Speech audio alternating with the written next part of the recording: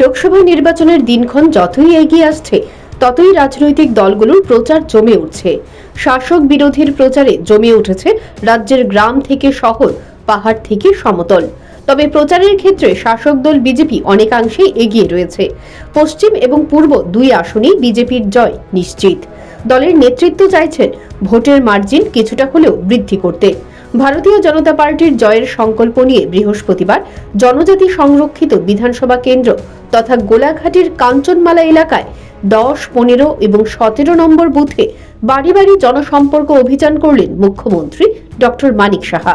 এই অভিযানে মুখ্যমন্ত্রীর সঙ্গে ছিলেন টিআইডিসির চেয়ারম্যান নবাদল বণিক। 18 সূর্যমণিনগর বিধানসভা কেন্দ্রের অন্তর্গত আমতলী ভুলাগিরি এলাকায় 46 নম্বর বুথে লোকসভা নির্বাচনকে সামনে রেখে ডোর টু ডোর প্রচার করলেন বিজেপি দলের বিধায়ক তথা বিধানসভার উপাধ্যক্ষ রামপ্রসাদ পাল। প্রচারে অংশ নিয়েছেন দলের অন্যান্য নেতা কর্মীরা। এই প্রচার অভিযান সম্পর্কে রামপ্রসাদ পাল বলেন, লোকসভা নির্বাচনের মধ্য দিয়ে তৃতীয়বারের মতো নরেন্দ্র মোদীকে প্রধানমন্ত্রী করার জন্য বাড়ি বাড়ি প্রচার করে মানুষের আশীর্বাদ গ্রহণ করছেন।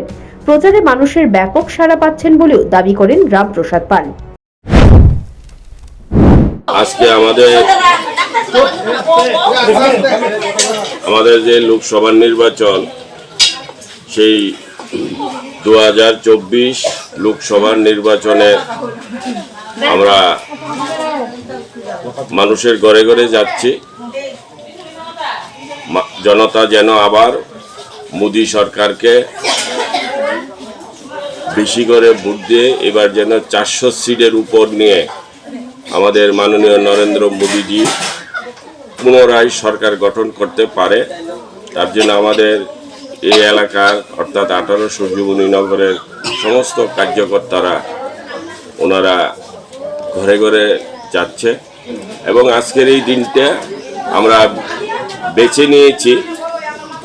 আমাদের মাননীয় নরেন্দ্র মোদীজি উনি নিজেও আজকে এই নির্বাচনকে কেন্দ্র করে মানুষের ঘরে ঘরে যাবে, গিয়ে মানুষের সাথে কথা বলবে, জনতা যেন আবার আমাদেরকে ভোট দেয়। বৃহস্পতিবার থেকে রাজ্যের সব বুথেই ডোর টু ডোর প্রচার শুরু করেছে বিজেপি। দলের নির্দেশ মতো সূর্যমণিনগর কেন্দ্রেও প্রচারে ঝড় তুললেন Ramprasad Pal. Bureau report, news prime Tripura.